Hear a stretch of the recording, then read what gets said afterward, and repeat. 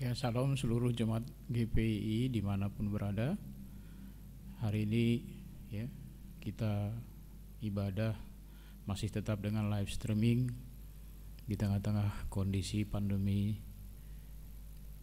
Tapi kami yakin itu tidak akan mengurangi perhatian dan juga atensi kita terhadap ibadah pada hari ini. Sebelumnya kita akan berdoa. Bapa di surga, Bapa yang sangat baik, kami datang meminta pertolongan-Mu, karena kami tahu dan kami sadar sekali Tuhan, tanpa Engkau kami tidak akan bisa berbuat apa-apa. Buat seluruh sidang jemaat-Mu konsentrasi mendengar firman-Mu, karena firman-Mu adalah kebenaran, dan firman-Mu adalah Engkau sendiri yang akan berkata-kata kepada kami. Hadirlah di tengah-tengah kami Bapa, urapi hamba-Mu secara khusus. Terima kasih Tuhan, dalam nama Tuhan Yesus kami berdoa, kami bersyukur. Amin. Tema kita pada hari ini adalah selagi ada waktu, kerjakanlah. Yang terambil dari Nats Pengkhotbah 11 ayat 1 sampai dengan 8. Judulnya yang diberikan oleh Lai adalah pedoman-pedoman hikmat.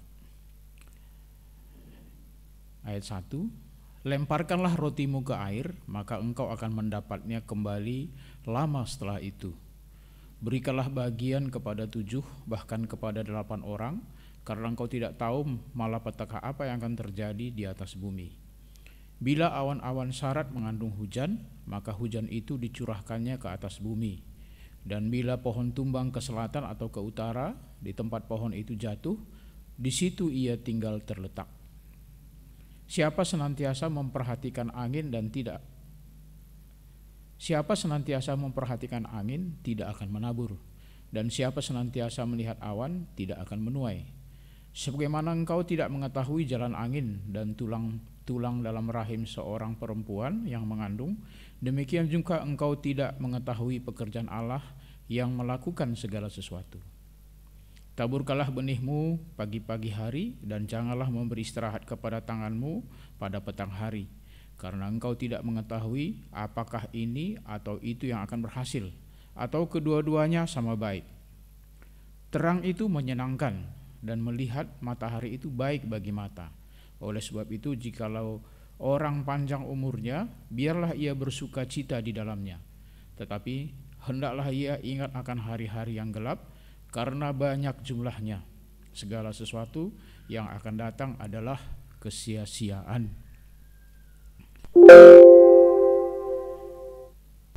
Saya kutipkan dari terjemahan bahasa Indonesia sehari-hari, ya, dari ayat di atas Pengkhotbah 11. Walaupun mungkin tidak semua saya sampaikan. Ayat 1 demikian bunyinya. Tanamlah uangmu dalam usaha di luar negeri, pasti kau dapat untung di kemudian hari. Yang kedua, tanamlah modalmu di berbagai niaga, carilah usaha sebanyak-banyaknya, sebab orang perlu waspada sebelum musibah menimpa. Ayat yang keempat, siapa menunggu sampai angin dan cuaca sempurna tak akan menanam, dan tidak pula memetik hasilnya. Yang keenam, taburlah benihmu di waktu pagi, dan janganlah berhenti di malam hari. Sebab kita tidak tahu taburan mana yang baik tumbuhnya, barangkali juga keduanya tumbuh dengan sempurna. Jadi kalau kita perhatikan, ya, versi yang sering kita dengar dengan versi terjemahan bahasa Indonesia sehari-hari ini sepertinya sangat berbeda, ya. Tapi kalau kita teliti sebenarnya itu tidak berbeda. Ya, tidak berbeda. Ya. Nah, saudara yang kami kasihi, ya, Salomo sadar betul ketika menulis ini, ya, banyak hidupnya yang sia-sia, ya, banyak hidupnya yang sia-sia, sehingga di masa tuanya dia menulis, ya, kitab Pengkhotbah ini. Nah, ayat-ayat lain yang mendukung kita untuk memahami teks di atas, ya, terambil dari Efesus 5 ayat 5 sampai 17. Dikatakan demikian, karena itu perhatikanlah dengan seksama bagaimana kamu hidup. Janganlah seperti orang bebal, tetapi seperti orang arif. Dan pergunakanlah waktu yang ada, karena hari-hari ini adalah jahat. Sebab itu janganlah kamu bodoh, tetapi usahakanlah supaya kamu mengerti kehendak Tuhan. Nah, jadi dari ayat-ayat di atas semua kita mengerti bahwa ada kaitan antara mempergunakan waktu dengan kebijaksanaan. Ada kaitan antara mempergunakan waktu dengan hikmat atau kearifan. Ya, bahkan Alkitab mengatakan kalau orang tidak mampu atau tidak bisa mempergunakan waktu disebut orang bebal atau orang bodoh. Tapi kalau orang pandai menggunakan waktu itu disebut dengan orang yang berhikmat atau orang yang bijaksana. Ya. Sehingga kalau kita teliti lagi di kitab Efesus King James Version, ya, versi King James Version demikian disebut, redeeming the time because the day are evil. Ya. Tebuslah waktu yang ada karena hari-hari ini adalah hari yang jahat. Ya. Karena hari-hari ini adalah hari yang jahat.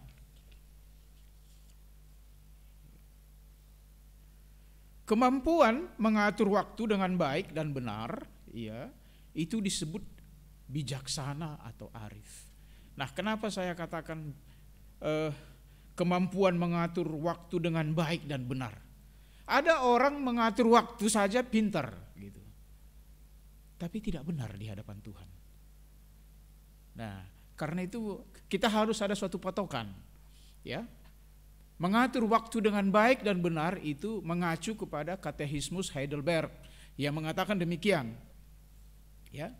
Di dalamnya, ya, di dalam waktu dan benar itu di dalamnya, ya, ada iman yang sejati kepada Kristus, kepada Allah Tritunggal. Yang kedua, ya, waktu yang benar dan baik itu, ya, dipergunakan sesuai dengan hukum Allah. Yang ketiga, ada motivasi yang benar di dalamnya. Nah, saya teringat waktu saya masih mahasiswa, kalau mempergunakan waktu rata-rata mahasiswa kedokteran itu ya 12 sampai 14 jam sehari untuk belajar. Tapi ada yang kurang di situ. Karena apa? Motivasinya tidak benar. Motivasinya apa? Memuliakan diri sendiri. Ya, tidak memuliakan Tuhan.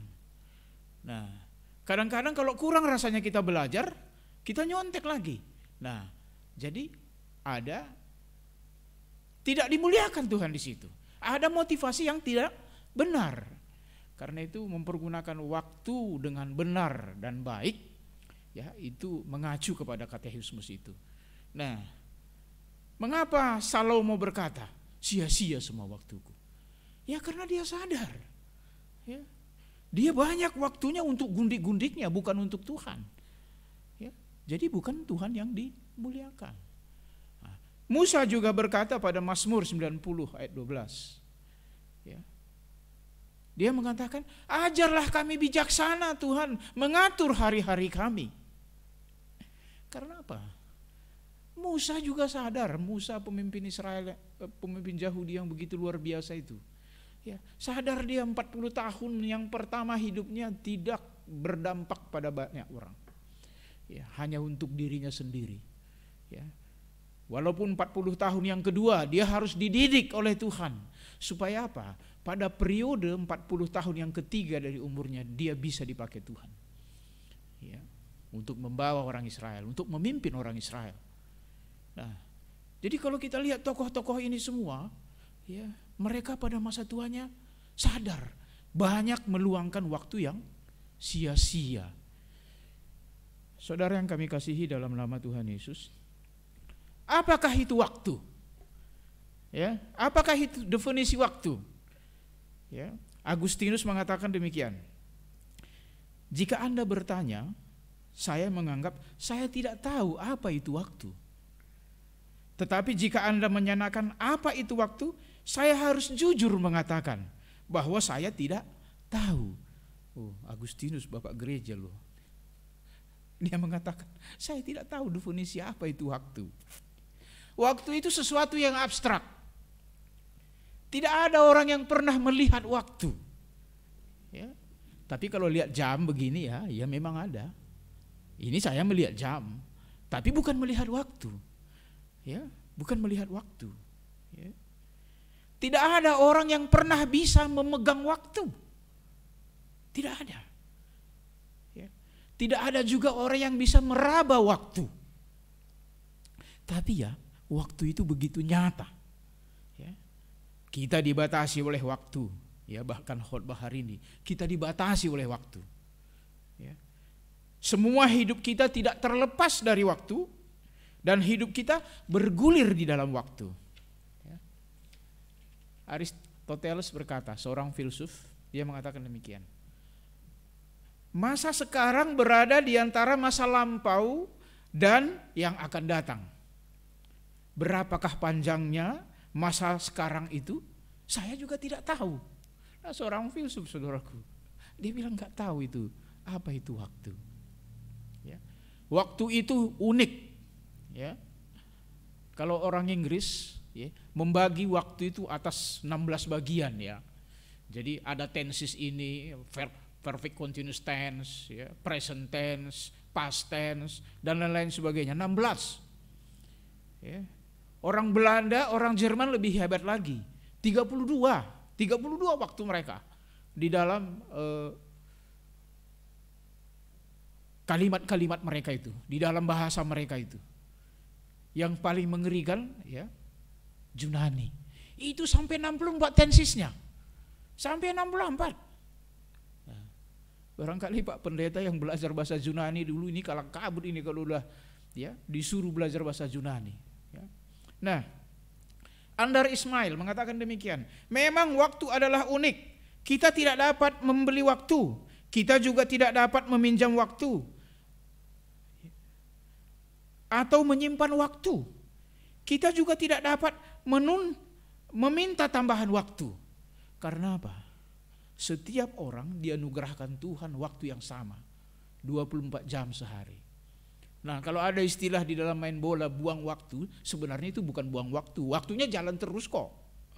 Ya, waktunya jalan terus. Kalau dia buang waktu, apa yang dilakukan oleh wasit? Ya kasih kartu kuning, supaya jangan buang-buang waktu. Nah, wasit aja saudaraku mengasih pemain kartu kuning. Nah, apalagi kita kalau anak-anak Tuhan membuang-buang waktu.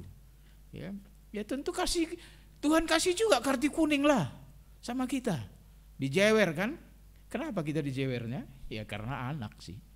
Karena anak. Ya. Nah, kita fokus dulu ya. Pergunakanlah waktu yang ada. Ya. Nah, kata pergunakan dalam bahasa Yunani yaitu exagorazo. Ya, exagorazo. Yang artinya adalah menebus. Contoh pada Galatia 3:13. Kristus telah menebus kita dari kutuk hukum Taurat dengan jalan menjadi kutuk karena kita. Ya, kata menebus di situ exagorazo. Ya. Dalam Galatia 4 ayat 5 demikian juga dikatakan, ia diutus untuk menebus exagorazo mereka yang takluk kepada hukum Taurat, supaya kita diterima menjadi anak Allah. Nah, ya, menebus. Ya, yang tadi yang sudah saya sampaikan Efesus 5:16. Ya, redeeming the time. Tebuslah waktumu. Because the days are evil. Ya, tebuslah waktumu. Ya. Apa arti kata menebus? Membayar. Yang pertama, ini dari Kamus Bahasa Indonesia ya. Menebus artinya membayar dengan uang untuk mengambil kembali barang yang sudah tergadai. Itu satu. Yang kedua, membayar dengan uang dan sebagainya untuk membebaskan tawanan misalnya. Ya. Sandera misalnya, jadi harus ditebus dia supaya dikembalikan. Atau yang ketiga, membeli kembali. Ya. Tebuslah waktumu artinya apa? Membeli kembali ya, waktu yang kita sia-siakan dulu, waktu kita belum bertobat. membeli kembali. Ya. Karena apa? Pemilik waktu adalah Tuhan. Nah, kadang-kadang kita nggak sadar. Pemilik waktu adalah Tuhan. Itu anugerah Tuhan. Ya. Jadi dulu sewaktu kita belum percaya, kita sering membuang-buang anugerah Tuhan ini dalam bentuk waktu. Ya. Contohnya, ya, saya sendiri bertobat umur 40. Ya, bertobat umur 40. Sekarang saya sudah umur 62 tahun. Berarti sudah 22 tahun bertobat. Jadi pekerjaan saya sekarang apa? Di samping mengerjakan pekerjaan Tuhan terus di dalam 22 tahun pelayanan ini, saya juga harus membayar kembali, menebus kembali waktu yang sia-sia selama 40 tahun dulu dalam hidup saya. Ya, itu artinya kata menebus. Karena apa? Selama 40 tahun saya belum kenal Tuhan. Banyak waktu saya yang sia-sia. Banyak saya pergunakan untuk hal-hal yang tidak bernilai kekekalan. Nah, ya, banyak. Nah, si pengkhotbah Salomo, ya, menulis ini dalam Amsal 23 ayat 29 sampai 35. Demikian dia katakan. Siapa mengaduh, siapa mengeluh, siapa bertengkar, siapa berkeluh kesah, siapa mendapat cedera tanpa sebab, siapa merah matanya, yakni mereka yang duduk dengan anggur sampai jauh malam. Nah, ini teman saya dulu banyak sekali terlibat ini, ya, alkoholisme ini, ya. Ya. Yakni yang mereka yang duduk dengan anggur sampai jauh malam, mereka yang datang mengecap anggur campuran. Ayat 31. Jangan melihat kepada anggur. Kalau merah menarik warnanya dan mengilau dalam cawan yang mengalir masuk dengan nikmat. Tetapi kemudian memagut seperti ular dan menyemburkan bisa seperti beludak. Ya, memang alkoholisme itu tidak langsung nampak hukumannya begitu, ya, tidak langsung. Tapi lama kelamaan ya hepatitis. Ya. Yang lebih berat lagi apa? Hatinya itu jadi mengecil. Ya, sehingga di masa tuanya kena kanker. Ya, banyak orang yang kena kanker hati. Waktu masa mudanya nggak peduli gitu. Nah,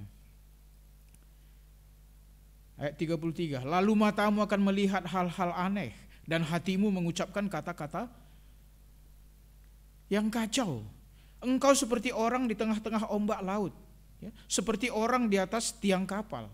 Engkau akan berkata, orang memalu aku, tapi tidak kurasa. Makanya dipukuli pun orang yang mabuk itu nggak terasa sama dia. Ya. Biarlah aku siuman, aku akan mencari anggur lagi. Coba, anggur lagi. Ya, jadi ada istilah di Medan ini, ya, bagi suku tertentu, kalau ada uang tidur di paret, kalau tidak ada uang, ya, tidur di tilam. Nah, saya rasa kita tahu suku apa itu, ya. Ya, nah, pengkhotbah menulis itu. Ya. Apalagi yang dia tulis, ya, tentang pemalas. Hai pemalas, pergilah kepada semut, perhatikanlah lakunya dan jadilah bijak. Wah, manusia yang tingkat IQ-nya jauh lebih baik, saudaraku, disuruh belajar kepada semut. Ya, disuruh belajar kepada semut. Ya. Karena apa? Hai pemalas, pergilah kepada semut, perhatikanlah lakunya dan jadilah bijak. Biarpun tidak ada pemimpinnya, ya, pengaturnya atau penguasanya, ya, biarpun tidak ada pemimpinnya, pengaturnya atau penguasanya, ia menyediakan rotinya di musim panas. Nah, persis kan kayak ayat terjemahan bahasa Indonesia yang tadi. Tanamlah sahammu di mana-mana, tanamlah sahammu di luar negeri, usahakanlah menanam uangmu sampai ke luar negeri. Ya. Ia menyediakan rotinya di musim panas dan mengumpulkan makanannya pada waktu panen. Nah, ini orang bijak, saudaraku. Ya. Kalau orang pemalas macam mana? Tidur sebentar lagi, mengantuk sebentar lagi, melipat tangan sebentar lagi untuk tinggal berbaring. Akibatnya apa? Maka datanglah kemiskinan kepadamu. Ayat 11. Nah ini.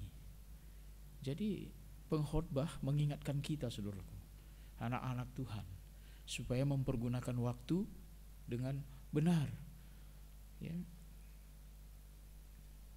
Waktu dalam bahasa Yunani ya disebut ya satu kronos. Kronos atau kronologi, ya, urutan waktu, ya, urutan waktu. Yang kedua kairos. Ya, kairos itu adalah hakikat waktu di mana Tuhan bekerja. Nah, hakikat waktu di mana Tuhan bekerja. Jadi, ya, kronos selalu ada, ya. Dalam urutan waktu begini, kronos itu selalu ada. Terus ada. Tetapi tidaklah urutan waktu itu ada di situ, ada di dalamnya kairos. Ya. Kairos itu waktunya Tuhan. Ya. Kairos itu waktunya Tuhan. Ya. Andar Ismail mengatakan demikian. Kronos adalah waktu dalam arti apa yang dapat diukur dengan jam, hari, tanggal, bulan, dan sebagainya. Kronos adalah waktu dalam arti apa yang disebut yang dapat diukur dengan jam, hari, tanggal, bulan, waktu, dan sebagainya. Itu kronos, ya, kronologi. Ya, pada tanggal sekian, bulan sekian, aku khotbah, misalnya gitu kan. Nah, tapi kairos adalah waktu dalam arti yang realistis dan konkret, ya, seperti musim, kesempatan, ya, saat yang ditentukan atau pelaksanaan yang sebenar-benarnya. Nah, jadi saya yakin, saudaraku, bahwa waktu kita hari ini adalah kronos, kairos, ya. Waktu khotbah ini adalah kairos. Karena tidak semua waktu kita itu kairos, bernilai kairos, enggak. Tidak semua. Ya. Ya, kronos memang ada sepanjang waktu, ada di sepanjang waktu ini. Tetapi di dalam waktu-waktu ini belum tentu ada kairos.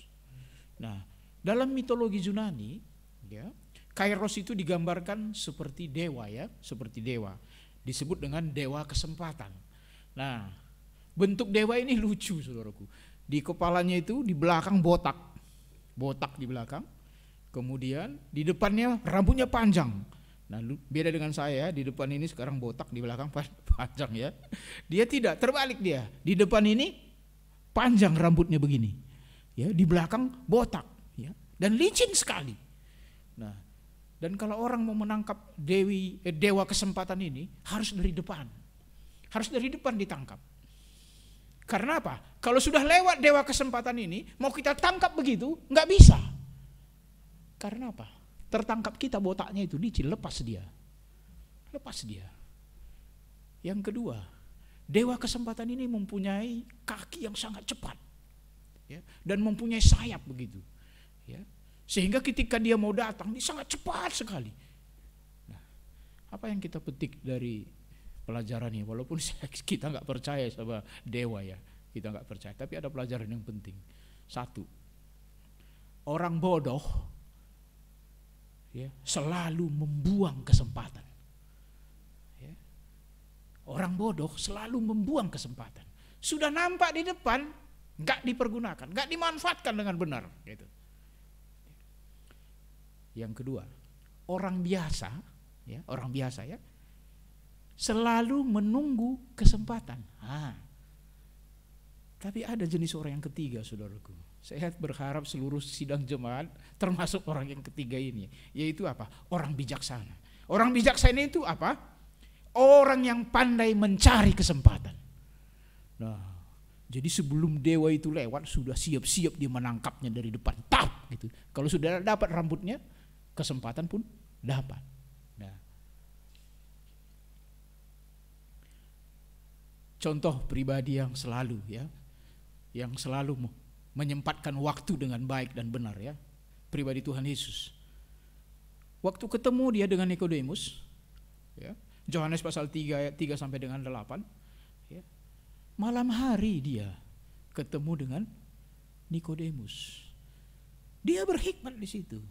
Dia mau menjaga perasaan Nikodemus yang adalah seorang Farisi tulen.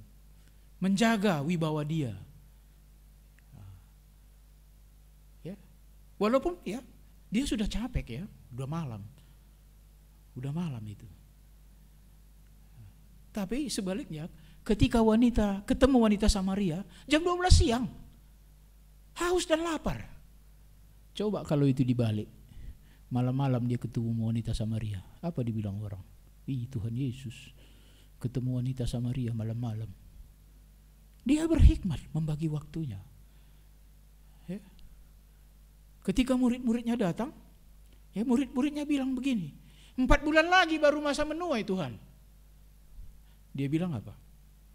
Ayat 36, sekarang juga penuai telah menerima upahnya, dan ia mengumpulkan buah untuk hidup yang kekal, sehingga penabur dan penuai sama-sama bersuka cita.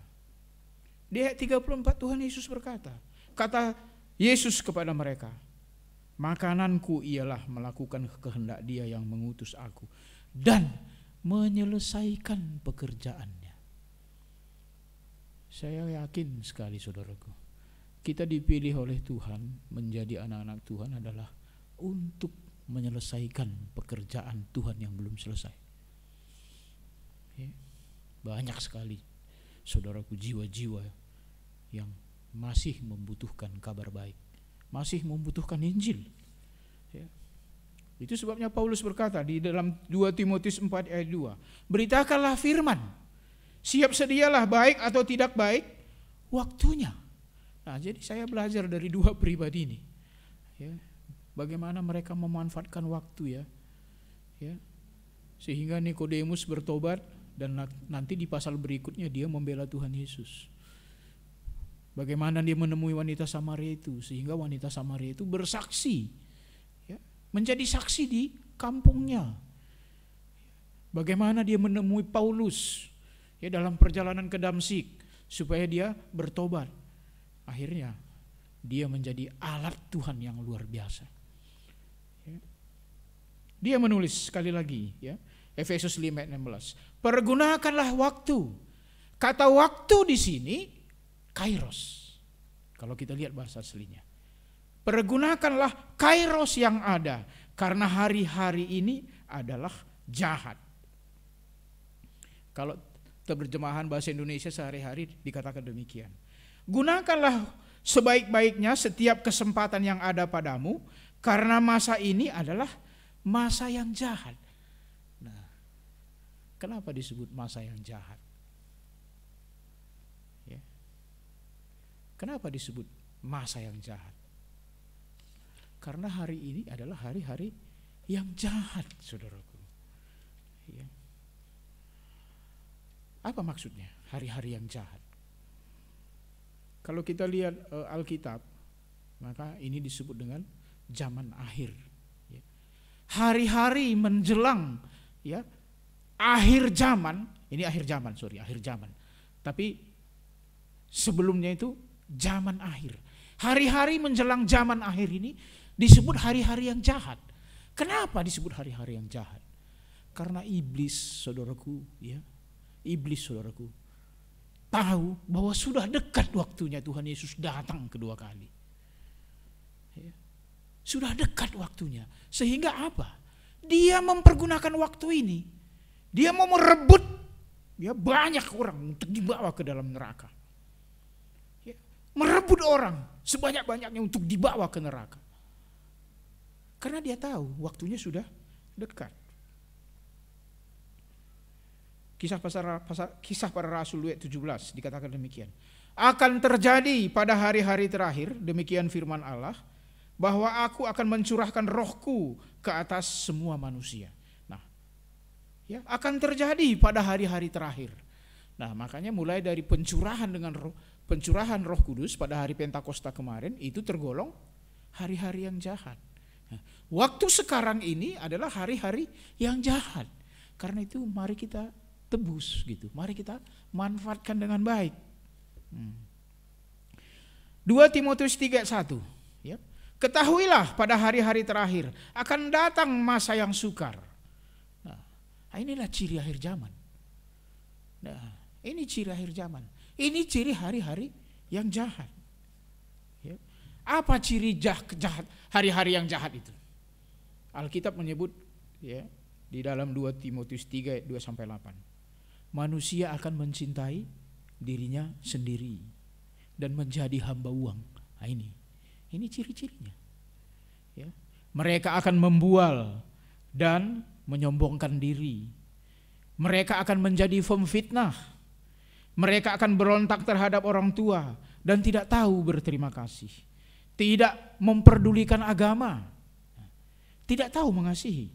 Tidak mau berdamai. Juga menjelekkan orang. Tidak dapat mengekang diri. Garang. Tidak suka yang baik. Ini ciri akhir zaman, saudaraku.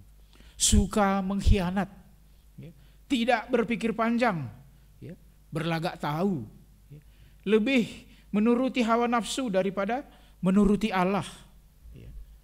Secara lahiriah mereka menjalankan ibadah mereka. Tetapi pada hakikatnya memungkiri kekuatannya. Jauhilah mereka itu. Nah, jadi orang-orang seperti ini banyak di gereja, saudaraku.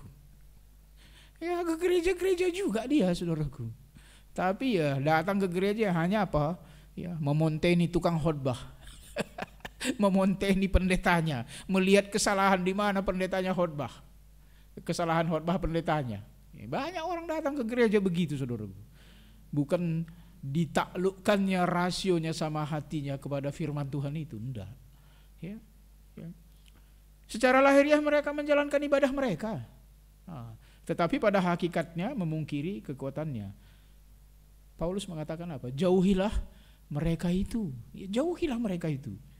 Sebab di antara mereka terdapat orang-orang yang mendukung, yang menyeludup ke rumah orang lain dan menjerat perempuan-perempuan lemah. Nah, ini. Cari perempuan-perempuan yang lemah. Ini ciri jemaat orang yang belum bertobat. Ya. Banyak itu, saudaraku. Banyak itu di gereja. Ya, jadi bukan orang yang ya, baik-baik semua yang datang ke gereja, bukan orang yang bertobat semua yang datang ke gereja itu. Tapi saya syukurlah orang GPI semua sudah bertobat, semua sudah lahir baru. Ya, saya bersyukur sekali untuk itu. Ya. Ya. Yang walaupun selalu ingin diajar, namun tidak pernah dapat mengenal kebenaran. Nah, ini ciri akhir zaman. Selalu ingin diajar dia. Bahkan ya mereka selalu mengumpulkan guru-guru palsu untuk menyenangkan telinga mereka, gitu ya. Nah, ini ciri akhir zaman.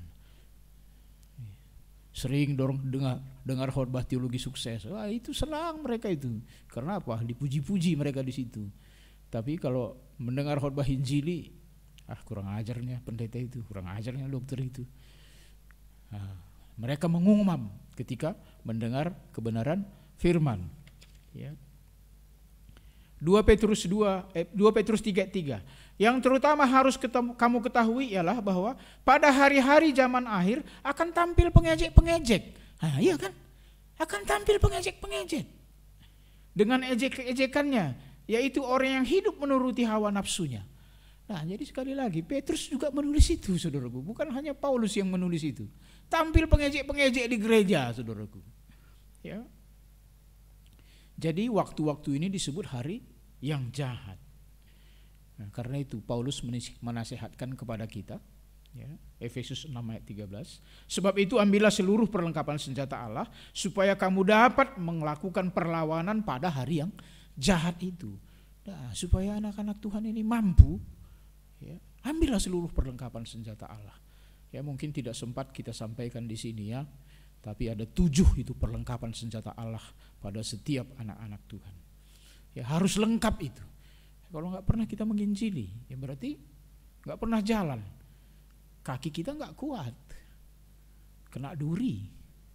Ya, tapi kalau kita rajin menginjili, ya, kuat kita. Tidak bisa kena duri kaki kita. Nah, itu salah satu contoh.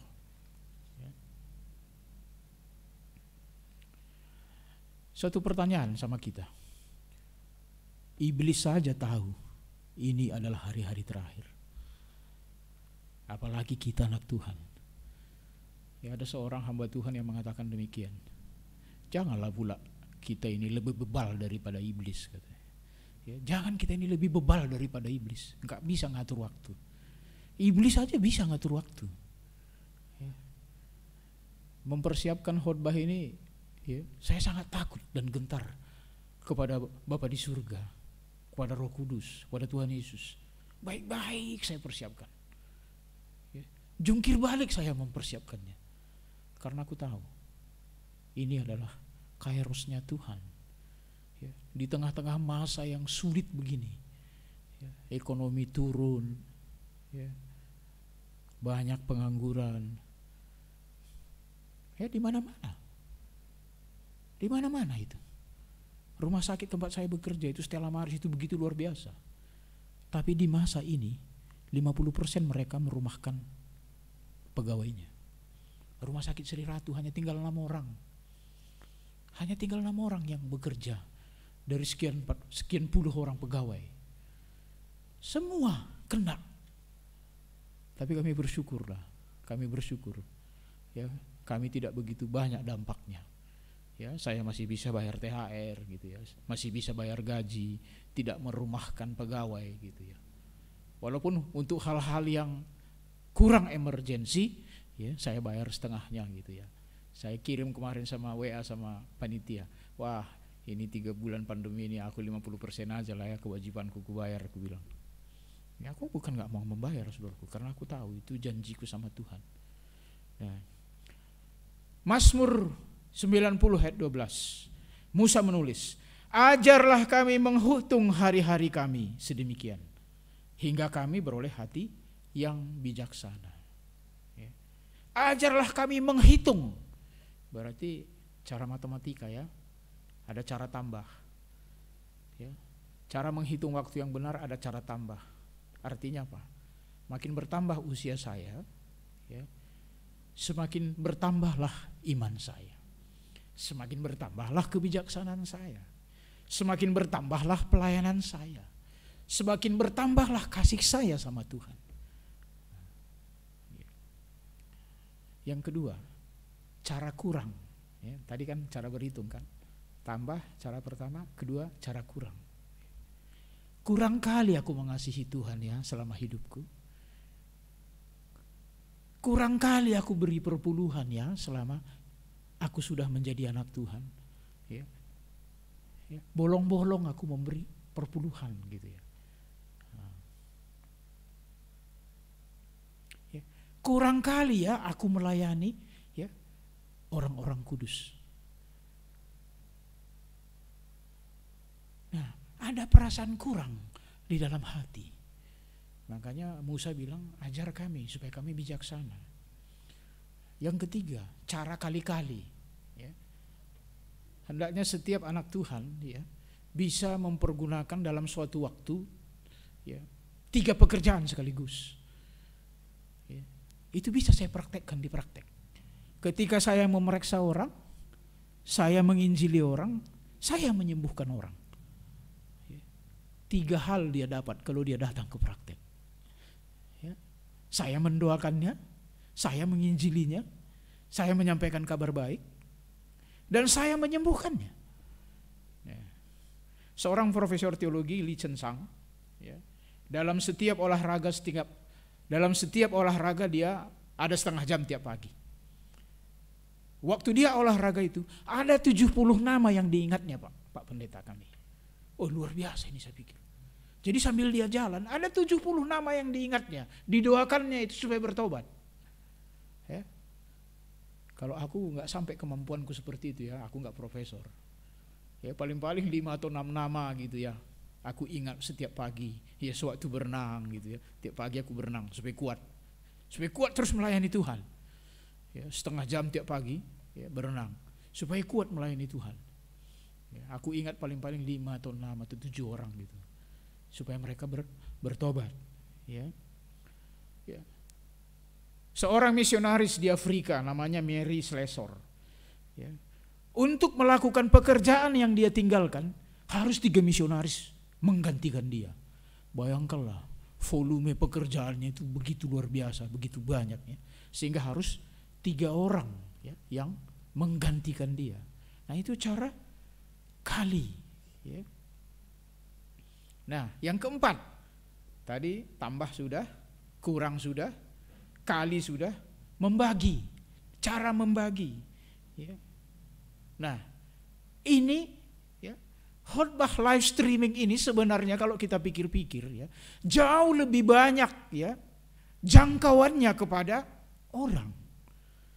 Ya, saya cek khotbah-khotbah kita sebelumnya itu, di awal-awal memang sedikit ya view-nya. Tapi lama-lama, sudah hampir 400-an ini. 400-an lebih ini. Makin minggu makin banyak dia. Makin minggu makin banyak dia. Ya.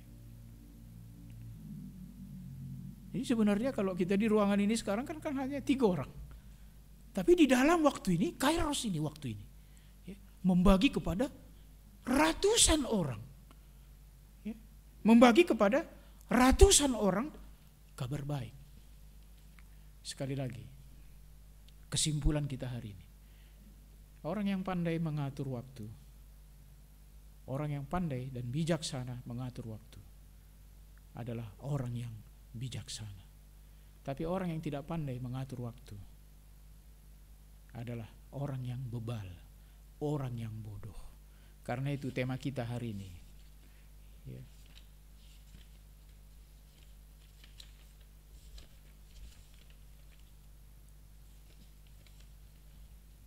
Selagi ada waktu, kerjakanlah. Ya, selagi ada waktu, kerjakanlah. Jangan main-main. Jangan dibuang-buang waktunya. Ya. Tebuslah waktumu. Tebuslah waktumu. Pergunakanlah waktumu. Ya, pergunakanlah waktu yang ada. Redeeming your time. Ya, tebuslah. Karena dulu sewaktu kita belum kenal Tuhan, banyak waktu kita yang terbuang percuma. Ya, Musa menyadari itu, Paulus juga menyadari itu. Ya. Salomo apalagi menyadari itu. Nah, sehingga dia menggabungkan antara hikmat dan waktu. Orang yang berhikmat membagi waktu dengan benar. Orang yang bijaksana membagi waktu dengan benar. Tentu ya kita bertanya, Pak Dokter, berapa lama kalau mempersiapkan khotbah? Tidak berani aku saudaraku kalau hanya 5 atau 6 jam mempersiapkan untuk suatu khotbah. Karena aku tahu ini waktunya Tuhan. Kadang-kadang 3 sampai 4 hari. Kadang-kadang sampai jam 11 malam, sampai jam 12 malam. Banyak buku sana, cari buku sana, dengar khotbah orang, ya, pengalaman pribadi dengan Tuhan. Nah, saya tanya sama Tuhan, apa yang akan mau disampaikan pada pemberitaan firman hari ini? Saya tanya, saya tidak juga mau mengandalkan diri sendiri. Amin, saudaraku. Kita berdoa. Bapa di surga, terima kasih kepada seluruh sidang jemaat-Mu yang menyaksikan firman-Mu ini. Berkatilah mereka Bapa. Mampukanlah mereka mengatur waktu dengan baik. Berikan mereka hikmat, kebijaksanaan, sehingga tidak ada lagi waktu yang dibuang-buang sesudah mereka bertobat. Kami juga Tuhan Yesus, ajari kami seperti Musa, agar setiap kesempatan bisa kami manfaatkan untuk mengabarkan firman-Mu, membaca firman-Mu, belajar firman-Mu, belajar teologi dengan baik, sehingga Bapa kami bisa menjadi saluran berkat-Mu kepada banyak orang. Seluruh sidang jemaat-Mu kami menyerahkannya kepadamu. Di dalam nama Tuhan Yesus kami berdoa, kami mengucap syukur. Amin.